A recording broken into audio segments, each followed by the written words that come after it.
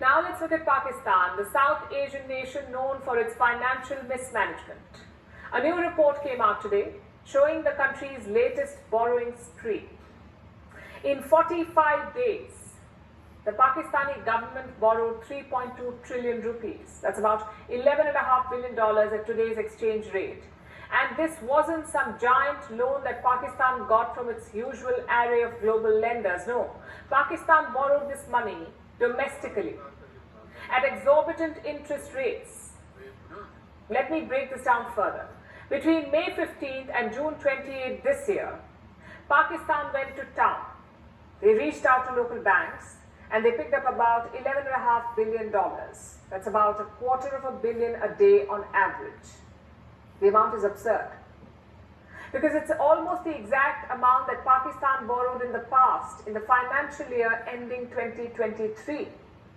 But that was over an entire year. The recent borrowing spree took place in just 45 days, more than $11 billion. In 45 days, it shows just how dire their financial situation is. And the dates are important to note. Pakistan borrowed this money after mid-May, after they had already declared their expenses for the last financial year. This means that the fresh loans that the government took will not be registered for a while, not until the middle of 2025. Basically, this was an accounting trick done to mislead the public and, of course, Pakistan's endless list of creditors. It seems Islamabad does not want the world to know just how indebted it really is. And it gets worse. Pakistan hasn't just been borrowing from banks, it has also tapped the bond market. Some of you might know what a treasury bill is. For those who don't, it's a type of a government bond. An investor lends the government money for a short period of time. It's usually 3 or 6 or 12 months. And after that point, you get the money back with interest. Almost every country, every government issues bonds and treasury bills when it needs money. It's a common practice. But Pakistan is on a completely different level. Let's compare Pakistani treasury bill returns with those in India. Look at the numbers. Pakistan's average yield is about 20% compared to about 5% in India. So Islamabad borrows money at 4 times the price that New Delhi does.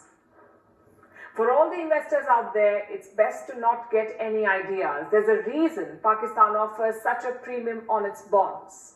It's partly because the government is desperate for money. And most people don't want to lend them any. But that's just one reason. The other is because their currency is very volatile. The Pakistani rupee is worth almost half of what it was 3 years ago, half the value. In June 2021, the exchange rate was about 160 Pakistani rupees to a dollar. Today, it's about 280 to a dollar. So who knows when the currency will go belly up again. That is why Pakistan borrows at such ridiculously high rates.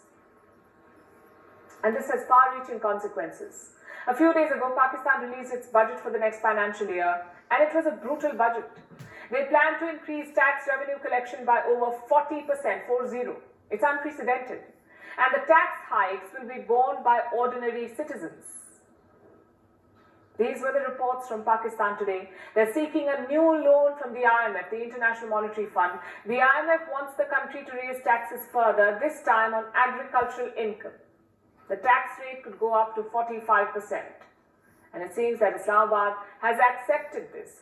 It is willing to tax its citizens to such an extent for an IMF loan, a $6 billion IMF loan. That's about half of what Pakistan borrowed in May and June, in those hectic 45 days. This is the perfect example of economic mismanagement, and the citizens will be paying the price for years to come.